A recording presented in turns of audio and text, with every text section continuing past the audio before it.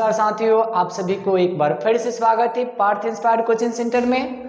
तो आज हम आपको क्लास 10th की केमिस्ट्री का सेकंड चैप्टर जिसका नाम है अम्ल, क्षार एवं लवण, इस चैप्टर से हर साल आपके बोर्ड एग्जाम में 3 से 4 क्वेश्चन वस्तुनिष्ठ प्रश्न में आता है। और आपको पता है कि अब जो है 50% हम लोग का क्या हो गया है, एमसीक्यू है। तो इसमें जो है बाबू आपका एमसीक्यू में ध्यान दो, 50% एमसीक्यू है। तो उसमें आप इजीली जब अब 100 क्वेश्चन होंगे और उसमें से चूज करना होगा आपको, यानी अब इसका 50% कितना होगा, 40 क्वेश्चंस होंगे। 40 क्वेश्चंस में आपको डबल करके क्वेश्चन देगा, यानी 80 क्वेश्चंस आएंगे। अब 80 क्वेश्चन में बाबू आपको जो होगा केमिस्ट्री से लगभग 7-8 जो क्वेश्चंस होंगे केवल आपको इसी चैप्टर से आ जाएगा। तो मैंने इससे आपसे पहले क्या कर दिया है, 30 क्वेश्चंस इसको बना दिया है और इसका वीडियो अपलोड है हमारे इस चैनल पे। अगर आप उस वीडियो को नहीं देखे हैं तो उसे भी जरूर देख लीजिएगा। अब हम इसमें उसी क्वेश्चंस को 31 से शुरू करेंगे और इसमें बहुत सारे क्वेश्चन है, उसको अंत तक देखते रहिए। देखिए बिना टाइम वेस्ट किए सबसे पहले हम लोग चलते हैं क्वेश्चन नंबर 31 की तरफ। क्वेश्चन 30 नंबर 1 क्या कह रहा है मित्रों, ध्यान से समझो। कह रहा है निम्नलिखित में कौन सा आयन लाल लिटमस को नीला कर देगा, यानी किस लाल, मेरे पास कोई लिटमस पेपर है और इसको नीला कर देगा। तो ध्यान दीजिए, नीला कौन करेगा, नीला, लाल को नीला में कन्वर्ट करने वाला कौन सा अम्ल होता है कि क्षार होता है। तो आप सभी को पता है कि वो होता है बाबू बेस। क्या होगा, बेस होगा, जिसको हम लोग कहते हैं क्षार या कहते हैं भस्म, भस्म कहते हैं, है ना। तो हम लोग का सही कर। अब देखो एक और प्रॉपर्टी आप जानते हो बाबू कि अम्ल जो होते हैं वो पानी में घुलकर OH माइनस, बेस जो होते हैं OH माइनस देते हैं, जबकि अम्ल, अम्ल जो होता है इसको याद रखिएगा मित्रों, बहुत ही इंपॉर्टेंट है, ये पानी में घुल के H+ देगा। अम्ल जो होगा यानी एसिड, एसिड पानी में घुल के क्या देता है, H+, जबकि बेस OH देता है। अब ऑप्शन नंबर देखो, A H+, B OH-, C Cl-, O2- दिया है। तो सही करेक्ट आंसर आप खुद लगा सकते हो, ऑप्शन बी जो होगा हम लोग का सही आंसर होगा मित्रों, क्योंकि OH- मिलेगा, है ना। अब चलो नेक्स्ट क्वेश्चन देखो मित्रों, प्यारा प्यारा क्वेश्चन है क्योंकि बहुत बार आपको प्रश्न पूछा जा चुका है ना। देखो कह रहे कोई विलेन नीले लिटमस पत्र को लाल कर देता है, इसका पीएच मान संभवतः क्या हो सकता है। अब देखो ये नीला को, ये जो मेरे पास एक नीला लिटमस है और इसको ये कन्वर्ट कर दिया किसमें मित्रों, अपोजिट में कर दिया, इसको रेड में कर दिया। तो बताओ अब ये संभवतः ये पीएच को देखकर बताओ कि वो पदार्थ खट्टा होगा कि कड़वा होगा। तो आपको स्पष्ट दिख रहा है कि खट्टा होगा, क्योंकि खट्टा का लिटमस जो होता है ये एसिड का होता है। एसिड जो है लाल कर देता है लिटमस पेपर को, नीले से लाल में कन्वर्ट कर देता है। तो ये देखो हमारा पीएच वैल्यू क्या संभव है, 5। 7 तो संभव ही नहीं है क्योंकि उदासीन हो जाएगा, 8 भी संभव नहीं है क्योंकि वो क्षारीय हो जाएगा, 10 भी क्षारीय हो जाएगा। अब हम लोग क्वेश्चन नंबर 33 देखेंगे। कह रहा है मित्रों ऑक्सैलिक अम्ल का प्राकृतिक स्रोत निम्नलिखित में कौन है। ये 2018 में पूछा गया प्रश्न है मित्रों, सेकंड शिफ्ट में इस प्रश्न को पूछा गया है, तो ध्यान से इसको समझिए। कह रहा है ऑक्सैलिक अम्ल कहाँ मिलता है, किस चीज से मिलता है, संतरा से, टमाटर से, सिरका से, इमली से। तो आप सभी जानते हो बी जो होगा ऑप्शन इसका करेक्ट होगा, क्योंकि टमाटर से क्या मिलता है, ऑक्सैलिक एसिड मिलता है। ऑक्सैलिक एसिड कहाँ से मिलता है, टमाटर से। ठीक है मित्रों, चलो आप क्वेश्चन नंबर 34 देखो। 34 क्या कह रहा है, एक छात्र जांच परख नली में लिए गए सोडियम बाइकार्बोनेट के तनु विलयन में सार्वभौम सूचक की कुछ बूंद मिलाता है। सार्वभौम जो होता है, सार्वभौम सूचक इंडिकेटर का कुछ बूंद उसमें मिला देता है। तो निम्नलिखित में कौन सा रंग दिखेगा? ये भी 2018 के सेकंड सेट ए में पूछा गया था। तो ऑप्शन जो रहेगा ए नीला, बी हरा, सी नारंगी और डी पीला। तो देखिए सोडियम बाइकार्बोनेट का तनु विलयन में हम लोग सार्वभौम सूचक मिला रहे हैं, तो ये जो हो जाएगा हमारा नीला हो जाएगा मित्रों। क्या हो जाएगा? नीला। ऑप्शन नंबर ए करेक्ट होगा इसका। आप समझिए क्वेश्चन नंबर 35। एक जांच पर परखनली में लिए गए विलयन में एक लोहे की कील को डुबाया गया। एक जांच जो टेस्ट ट्यूब होता है ना परखनली, उसमें लोहे की कील को डुबा दिया गया और आधे घंटे बाद यह देखा गया कि विलयन का रंग परिवर्तन हो गया। अब उस विलयन में जैसे ही मैंने कील डाला तो उसके अंदर क्या हो गया, इसकी कलर जो विलयन जो है ना वो पानी, उसका रंग बदल गया। तो रंग बदलने तो उस जांच परख नली में विलयन था। ये भी 2018 का क्वेश्चन है। तो बताओ उस परख नली में कौन सा कंपाउंड था? पहला कह रहे zinc sulphate, copper sulphate, ferrous sulphate और एल्यूमिनियम सल्फेट। तो हम लोग का सही आंसर होगा आपका जो है वो जाएगा हाँ कॉपर सल्फेट। कॉपर सल्फेट जो होता है ना ये आप फेरस से रिएक्शन करके कलर को चेंज कर देता है, यानी उस विलयन को बदल देता है। ये फेरस सल्फेट हो जाएगा कॉपर सल्फेट से रिएक्शन करके। तो ये आपका कलर क्यों चेंज हुआ किस विलयन में? तो आपको उस गैस में ये पता चल जा रहा होगा कि कौन सा सल्फेट बनता है। अब बहुत ही सरल क्वेश्चन है, ये 2021 में पूछा हुआ प्रश्न है, तो इसको आप एक बार VVI कर लीजिए, क्योंकि ये जो प्रश्न है ये 2024 में भी रिपीट किया जा सकता है। क्वेश्चन है कि प्लास्टर ऑफ पेरिस का रासायनिक सूत्र है, केमिकल फॉर्मूला क्या होता है?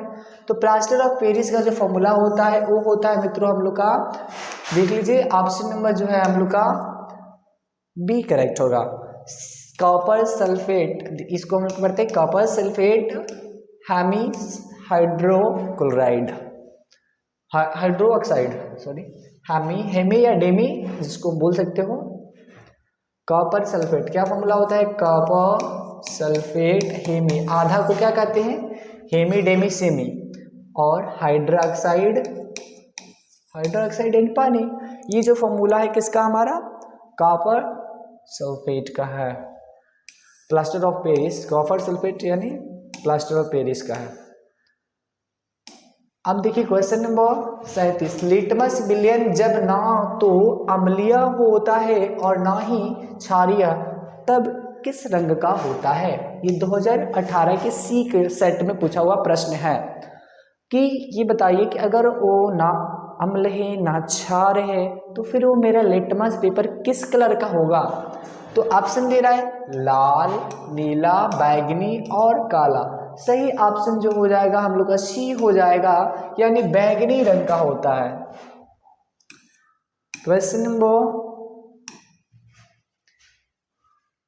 38। कुछ ऐसे पदार्थ होते हैं जिनकी गंध अम्लीय या क्षारकीय माध्यम में बदल जाती है, इन्हें कहते हैं। कुछ ऐसे पदार्थ है ना कि अम्ल के रूप में रहेंगे तो अलग खुशबू देंगे और क्षार हो जाएंगे तो अलग खुशबू देगा। तो ऐसे पदार्थ को हम लोग क्या कहते हैं? इन्हें क्या कहा जाएगा? रंगीय सूचक, गंधीय सूचक, उदासीन, इनमें से कोई नहीं। तो गंध के द्वारा हम पहचान रहे हैं कि अम्ल है कि क्षार है, इसलिए इसको हम लोग मित्रों कहेंगे गंधीय सूचक। क्योंकि इसके हम गंध से पता कर रहे हैं ना, तो ऑप्शन नंबर हमारा बी जो होगा वो बिल्कुल करेक्ट होगा। Question number 39। ध्यान से देखो मित्रों इस क्वेश्चन को, क्या कह रहा है? सभी धातु कार्बोनेट एवं हाइड्रोजन कार्बोनेट अम्ल के साथ अभिक्रिया करके बनाते हैं। जितनी भी धातु है ना वो कार्बोनेट एवं हाइड्रोजन कार्बोनेट के साथ रिएक्शन करेंगे तो क्या बनाएंगे? ऑप्शन ए संगत लवण, कार्बन डाइऑक्साइड, जल और इनमें से सभी। तो जो धातु होते हैं ना ये सब चीज बनाते हैं, संगत लवण बनाएंगे यानी साल्ट भी बनाएंगे, और कार्बन डाइऑक्साइड CO2 भी बनेगा, और जल भी बनेगा, वाटर भी बनाते हैं ना, वाटर H2O भी बनेगा, यानी तीनों बनेगा। इट मीन्स हमारा ऑप्शन नंबर जो डी है वो करेक्ट हो जाएगा, ऑल ऑफ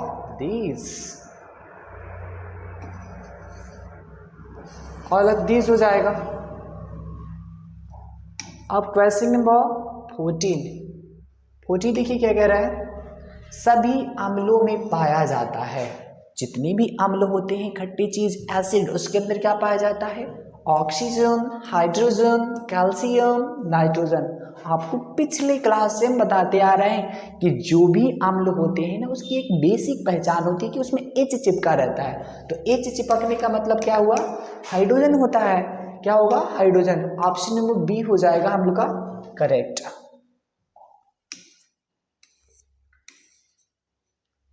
आप क्वेश्चन नंबर 41 देखिए, हाइड्रोजन युक्त सभी यौगिक होते हैं। वही क्वेश्चन ने रिपीट कर दिया, यानी वैसा यौगिक जिसमें हाइड्रोजन चिपका है तो उसको क्या कहेंगे? अम्ल कहेंगे। सेम क्वेश्चन है ना मित्रों, option number A he correct हो जाएगा। कि देखिए बहुत अच्छा क्वेश्चन है ये भी, समझिए इसको। जल में घुलनशील क्षारक के बारे में क्या सत्य है? यानी वैसा क्षारक जो जल में घुल जाए, डिजर्व, वाटर में डिजर्व हो सके, तो उसके लिए कौन सा स्टेटमेंट सही है, कौन सी बातें सत्य हैं, उसको ध्यान से देखो। पहला कह रहा है इन्हें क्षार कहते हैं, स्वाद कड़वा होता है, प्रकृति में संचारक होती है, और इनमें से कोई नहीं। तो हम आपको बता चुके हैं कि वे सारे पदार्थ जो पानी, वैसे क्षार जो किसके अंदर घुल जाए, पानी के अंदर घुल जाता है, उसको हम लोग बाबू क्षार कहते हैं। जो भस्म, ध्यान से समझो, जो भस्म पानी में क्या कर सकें? घुल जाए, घुल जाता है, तो उसे हम लोग कहते हैं क्षार। तो ऑप्शन ए हम लोग का सही हो जाएगा, क्षार कहते हैं। आशा करते हैं क्वेश्चन समझ में आया होगा। अब नेक्स्ट क्वेश्चन हम लोग का है, पीएच में पी सूचक होता है। आप पीएच, यहाँ पर पी और एच, तो यहाँ पर पी का मतलब क्या है और एच का मतलब क्या है? ऐसे तो इसका फुल फॉर्म आप ऐसे भी बना सकते हैं, पावर ऑफ हाइड्रोजन होता है, पावर ऑफ हाइड्रोजन होता है, या तो यहाँ पे P जो होता है प्रोटॉन्स होता है, इस P4 जो होगा पोटेंज होता है। यानी आपका पहला ही ऑप्शन सही है, पुषांश, जिसको इंग्लिश में पोटेंज कहता है। P, ये जो P है, इस P का मतलब पोटेंज, जो ग्रीक वर्ड से बना है, जिसका मतलब होता है पुषांश।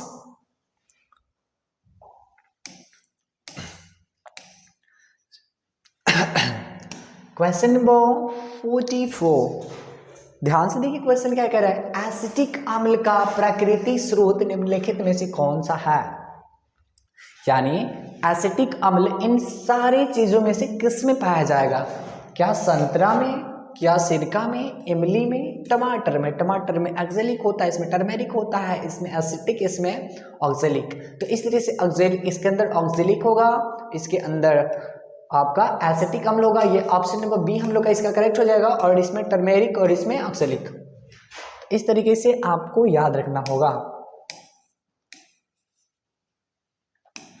आप समझिए, सिट्रिक अम्ल का प्राकृतिक स्रोत है, सोर्स ऑफ सिट्रिक अम्ल। तो सिट्रिक अम्ल का स्रोत क्या होता है? क्या इमली में मिलता है? नहीं मिलता है। टमाटर में नहीं मिलता है। संतरा और नींबू में मिलता है। ऑप्शन नंबर सी सही हो जाएगा। दही में तो लैक्टिक एसिड मिलता है ना।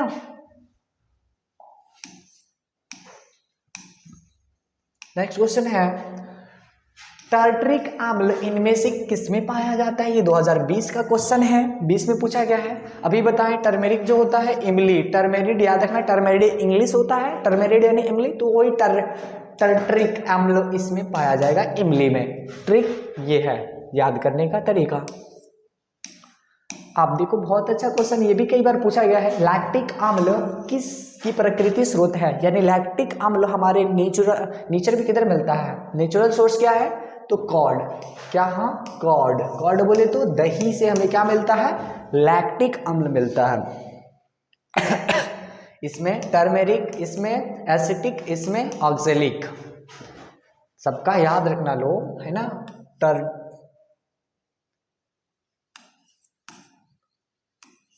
टर्मेरिक और इसका होगा एसिटिक और इसका होता है ऑक्जेलिक।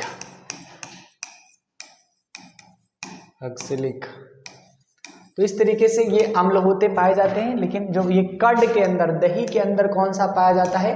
तो लैक्टिक एसिड पाया जाता है, जो ऑप्शन नंबर ए हम लोग का सही हो जाएगा।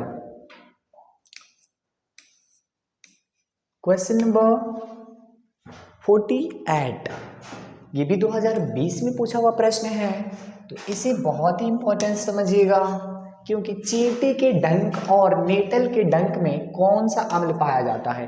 अब देखिए, उन्हें चींटी काटती है तो हमें जलन होता है, बहुत ज़्यादा खुजली होती है, तो वो क्यों?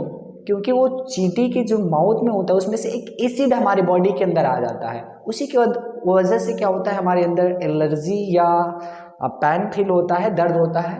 तो उस एसिड का नाम बताइए जो चींटी के माउथ में होता है, उसके डंक में होता है। सिट्रिक अम्ल, लैक्टिक अम्ल, एसिटिक अम्ल, मेथेनोइक अम्ल। तो बाबू सिट्रिक अम्ल तो होगा नहीं, सिट्रिक अम्ल तो नींबू में होता है, ये तो दही में होता है, और ये एसिटिक अम्ल तो आपको सिरका में होता है, और ये हम लोग का चौथा ऑप्शन है मेथेनोइक अम्ल, जो किसमें होता है? चींटी के डंक में होता है।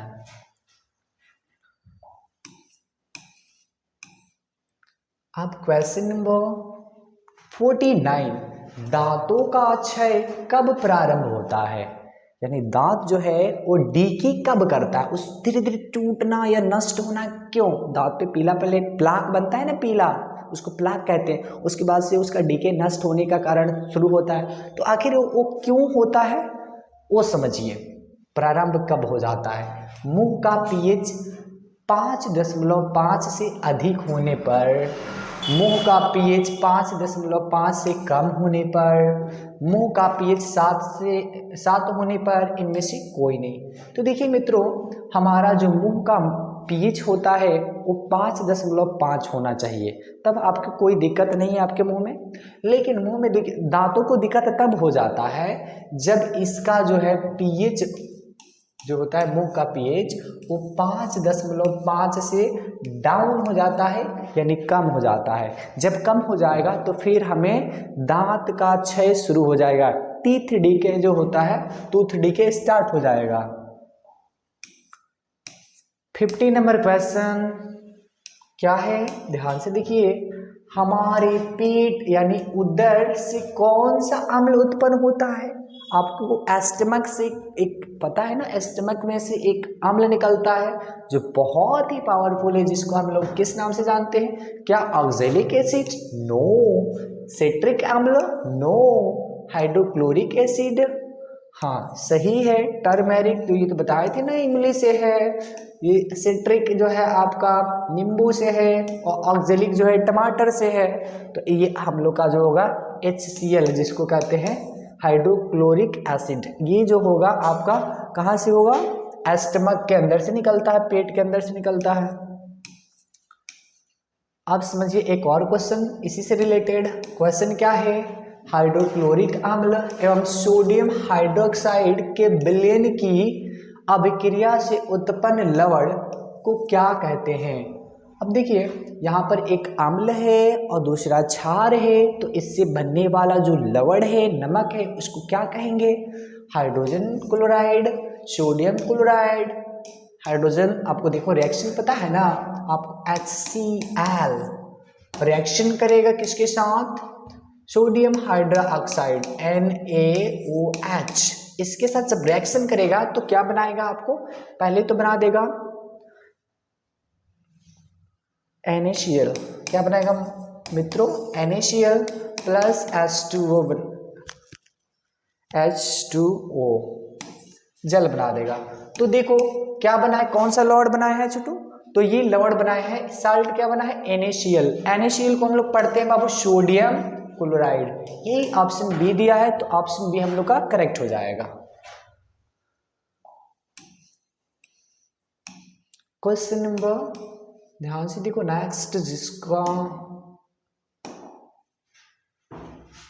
धोने का सोडा का रासायनिक सूत्र है, तो धोने वॉशिंग सोडा का फॉर्मूला क्या होता है, पहला ही जो है हम लोग का सही ऑप्शन हो जाएगा, यानी जो होता है sodium carbonate 10H2O, sodium carbonate और कितने H2O, 10 H2O, ये जो होता है धोने का सोडा का फॉर्मूला है, सोडियम कार्बोनेट 10H2O।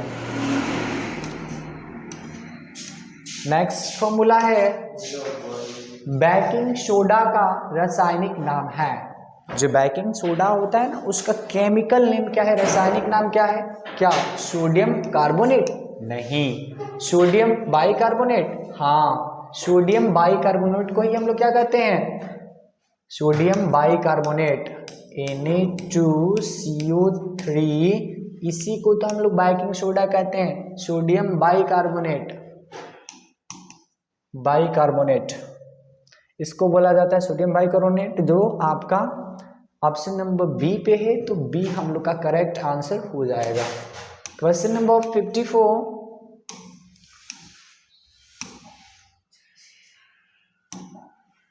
क्या कह रहा है, ध्यान से देखो, पोटेशियम नाइट्रेट का रासायनिक सूत्र है, पोटेशियम नाइट्रेट, तो देखिए पोटेशियम नाइट्रेट जो होता है ये होता है ऑप्शन नंबर सी, क्योंकि पोटेशियम के लिए K होता है और नाइट्रेट के लिए NO3, तो